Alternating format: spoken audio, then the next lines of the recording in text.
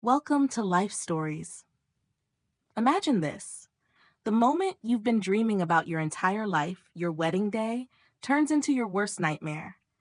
Abandoned at the altar by the person you trusted most, your dreams are shattered in front of everyone you know.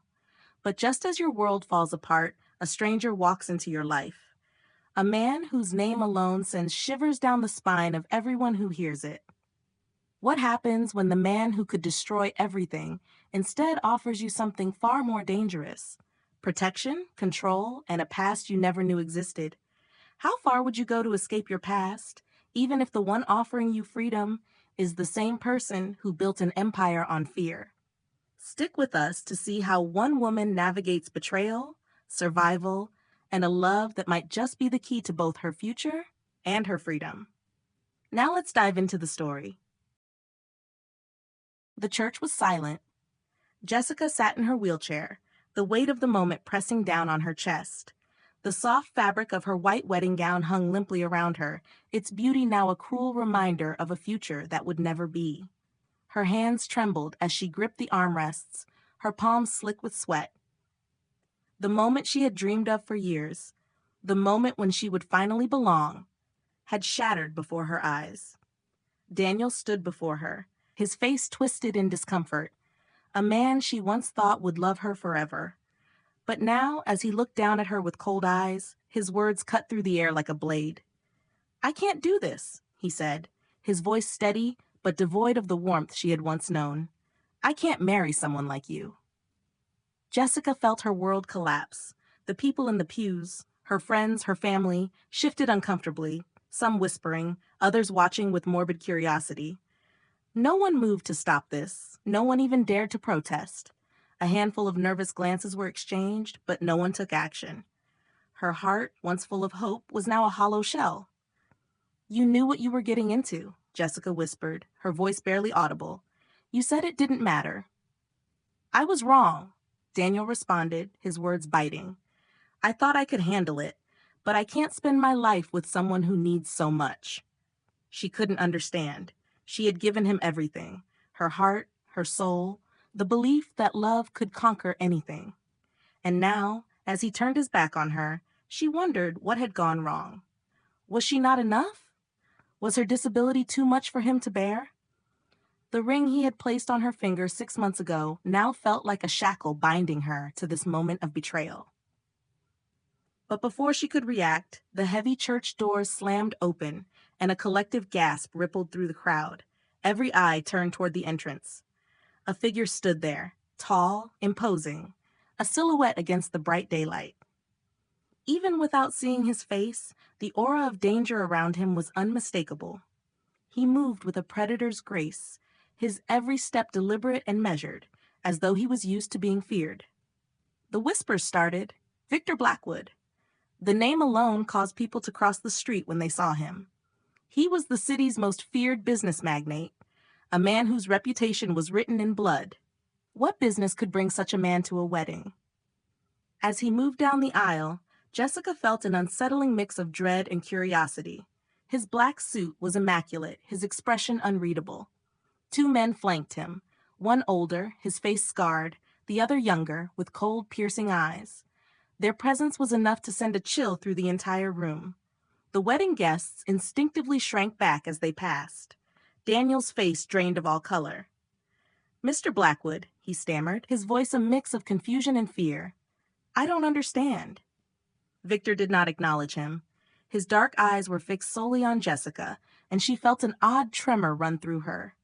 There was something in his gaze, something beyond the calculated coldness she had expected from a man like him. It was intent, and it unsettled her. Without a word, Victor moved closer, kneeling before her, his massive frame blocking out the light from the stained glass windows above. For a fleeting moment, Jessica wondered if he was there to hurt her. Perhaps she owed him something, an old debt she had forgotten, or maybe someone from her past had crossed this dangerous man. Instead, Victor spoke her name. "Jessica," he said, his voice low and rough, as if her name was something he had long buried. She stared back at him, confusion swirling inside her. Was he a stranger? Did she know him? "No," he answered her unspoken question. You don't remember me." Then, to everyone's astonishment, Victor slid one arm beneath her knees and the other around her back, lifting her effortlessly from her wheelchair. The movement was smooth, as if she weighed nothing at all. Jessica gasped in shock, her hands instinctively gripping his shoulders for support. "What are you doing?" she asked, her voice trembling. "Shh!" He didn't answer as he began walking back down the aisle, carrying her away from the altar. No one moved, not even Daniel. Jessica's world, already shattering, was now spiraling into something she couldn't comprehend. Her mind raced, and she tried to regain control, to understand what was happening. "My wheelchair!" she cried out. Her voice panicked. Victor's older associate, the man named Nikolai, moved quickly to fold her wheelchair and carry it behind them. Outside the church, a sleek black limousine waited, its windows tinted and its driver standing at attention. "Please," Jessica pleaded, still in shock. "This is all a mistake. I don't know you. I don't owe you anything." Victor glanced down at her, his expression unreadable. "No mistake," he said, his voice final. Inside the limousine, the air was cool and dark, the leather seats offering no comfort. Jessica's mind raced. She had no idea who this man was or what he wanted with her, but a strange, overwhelming sense of loss had settled over her. In her mind, the rejection by Daniel, the humiliation, and now this unexpected kidnapping were swirling together. Victor didn't speak again until they were far from the church. Then, quietly, he said, "You're safe now." Safe?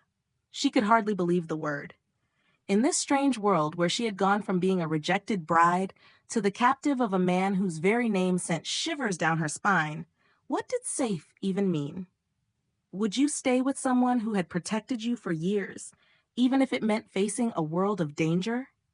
What would you do if the person you once trusted betrayed you, but someone else offered you protection at a cost? As the limousine sped into the unknown, Jessica couldn't shake the feeling that everything she thought she knew was about to change, and what Victor had in store for her was only just beginning. The limousine's tires hummed steadily against the smooth asphalt, cutting through the night as they sped further away from the city. The trees outside the windows blurred into dark shadows, their branches swaying as if whispering secrets. Jessica sat motionless, her mind a whirlwind of confusion, anger, and fear. The reality of her situation hadn't sunk in yet. She felt like a spectator in her own life, her body detached, as if the world around her was happening to someone else. Victor's silence was unnerving. He sat beside her, his eyes focused on the road ahead, his expression unreadable. There was a quiet intensity to him now, something deeper than the cold, controlled mafia boss everyone feared. For the first time, she noticed the exhaustion in his eyes, the way his jaw tightened every so often, as if he were carrying a burden too heavy to bear. It reminded her of the first time she had seen him in the church, when he lifted her from her wheelchair like she was his responsibility. But what did that responsibility mean now? "Where are we going?" she asked, her voice shaking, unable to keep the panic at bay any longer. She had to know.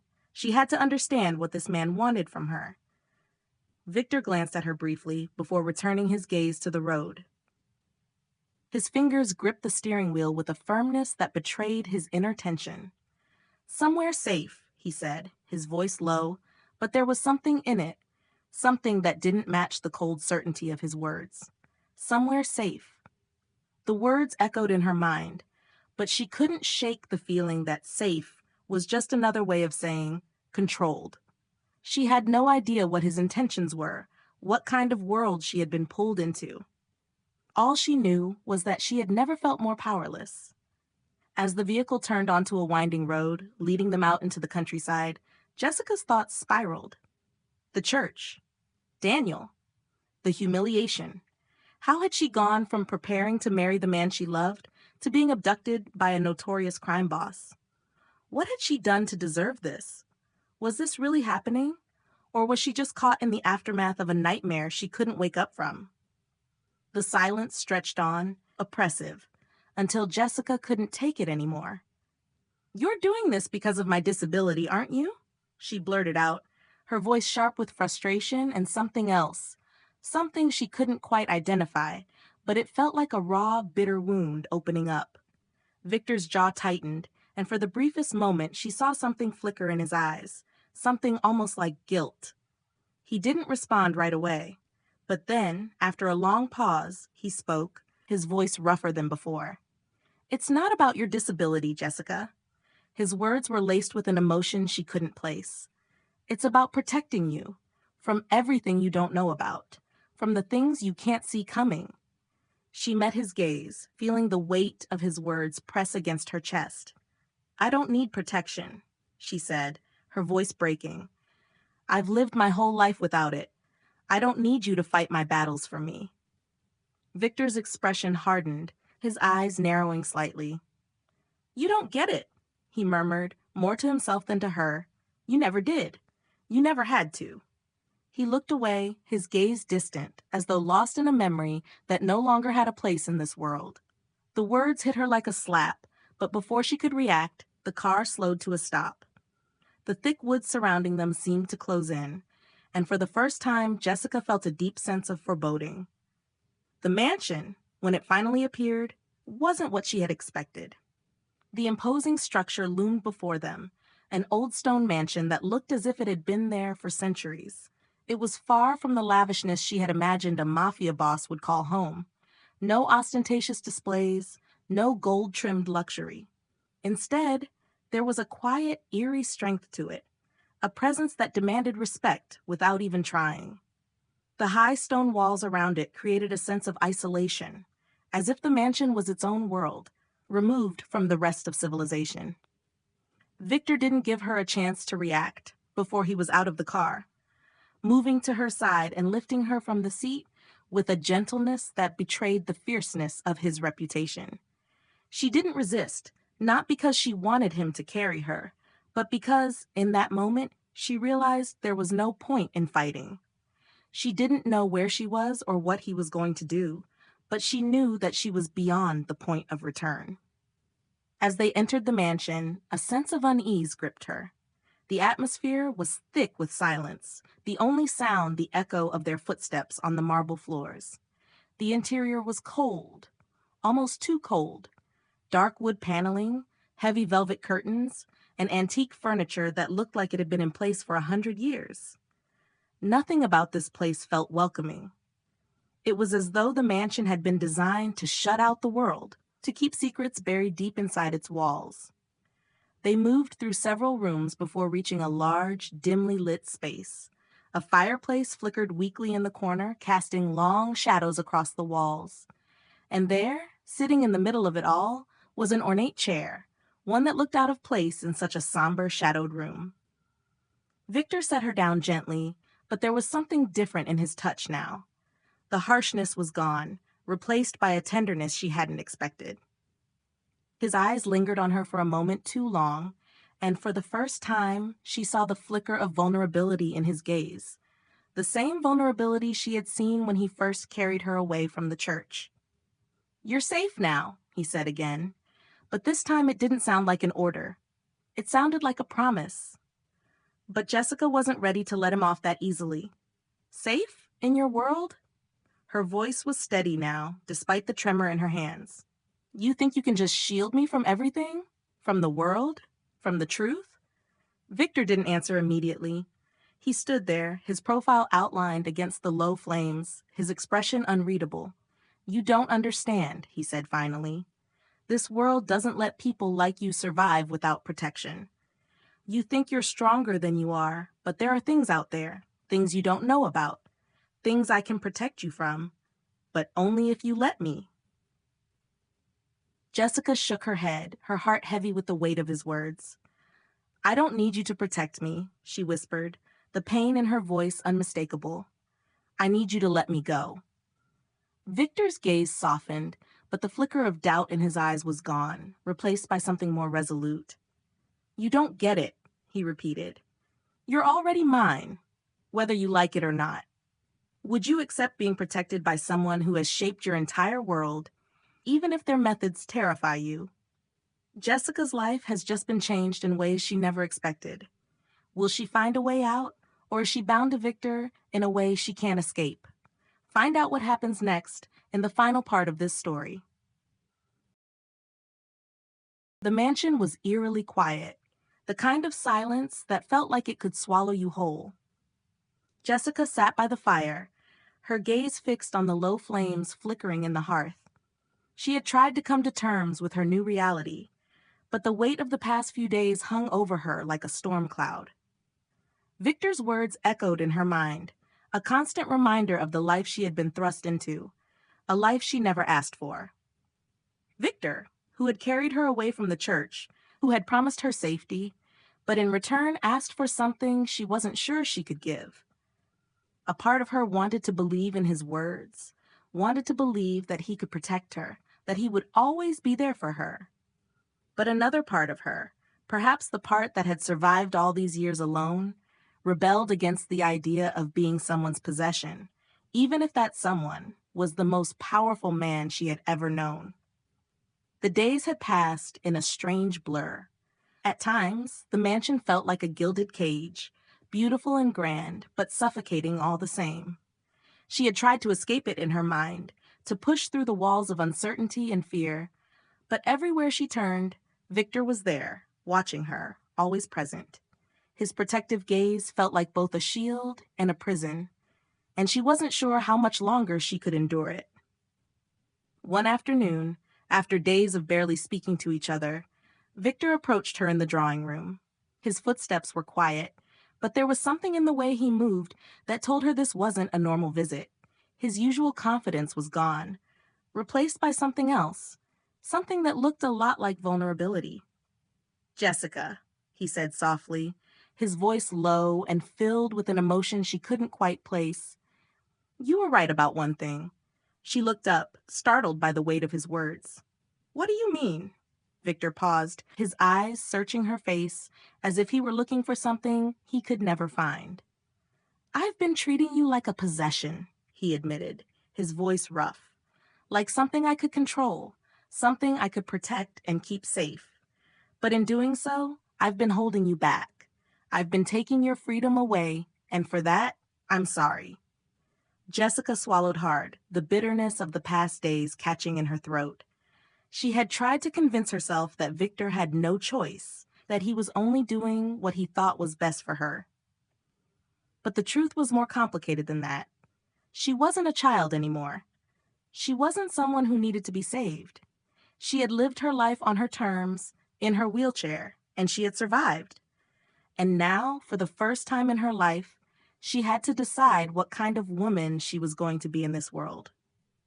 "Victor," she said, her voice trembling with the weight of everything she had been holding in, "I know you think you're protecting me, but I don't need protection. Not from you, not from anyone. What I need is the chance to live my life the way I've always wanted, to be free, to make my own choices." Victor's face fell, and for the first time, Jessica saw the cracks in his armor, the real man behind the cold exterior. He had spent so many years building walls around himself, around the empire he had created, that he had forgotten how to be human. How to let someone in without controlling them, without holding them to a standard of perfection they could never meet. "I didn't mean to hurt you," he whispered, his voice barely audible. "I thought if I could protect you, if I could keep you safe, I could somehow make up for everything I've done, for everything I've become." Jessica didn't know what to say to that. She had heard his confession, but it didn't change anything. She wasn't sure if she could ever see him the way she once did, the boy who had protected her in the orphanage, the man who had carried her away from the altar. The truth was, she had changed too much. She had learned to stand on her own, to survive in a world that had never been kind to her. But there was something in his eyes now, something that made her believe that maybe, just maybe, he could change too. It wasn't a fairy tale. There would be no magic solution to their problems. But for the first time, Jessica allowed herself to hope. "I know you want to protect me," she said quietly, her voice trembling. "But I need you to let me go, to let me choose my own path. I'm not your responsibility anymore." Victor stared at her, his face pale with the weight of her words. But something flickered in his eyes. something that told her he understood. Slowly, he nodded, as though he had just realized the truth that had been in front of him all along. "You're right," he said, his voice thick with emotion. "You don't need me to protect you. You never did." For a long moment, they stood there in silence, the air between them charged with an unspoken understanding. And then, as if the last barrier between them had finally crumbled, Victor did something that took Jessica completely by surprise. He stepped forward, his large hands trembling as he reached for her. Slowly, he cupped her face in his hands, his touch gentle, almost reverent. "I've been so afraid," he confessed, his voice rough. "Afraid that if I let go, I'd lose you forever. But I can't keep you locked in this world I've created. I can't do that to you." Jessica's heart ached as she looked up at him. She could see the pain in his eyes, the regret for all the years they had lost, for all the ways he had tried to protect her out of fear. But she also saw something else, something that had always been there, buried beneath the cold exterior: love. "I won't leave," she whispered, her voice breaking. "But I can't stay here in this cage either. I need to find my own way. And if you truly care about me, you'll let me do that." Victor looked down at her, his eyes searching hers as if trying to decide whether he could bear to let her go. Finally, he nodded, his expression softening. "You're right. It's time for you to live your life. I'll give you the freedom you need."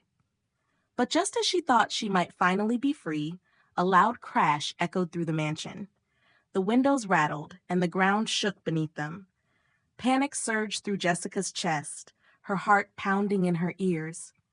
"Stay here," Victor ordered, his voice suddenly cold and commanding. He turned on his heel, moving quickly toward the door, but Jessica's hand shot out, grabbing his arm.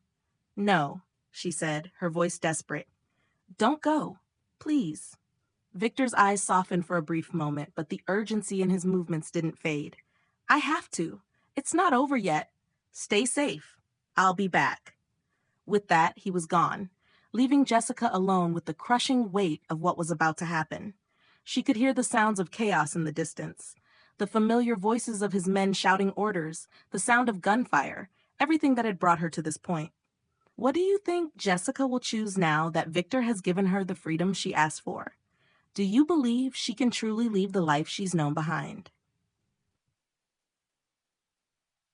Comment 100 if you love the twists and turns in this story, and let us know what you think will happen next. Where are you watching from? Don't forget to share this video with your friends. Thank you for watching Life Stories.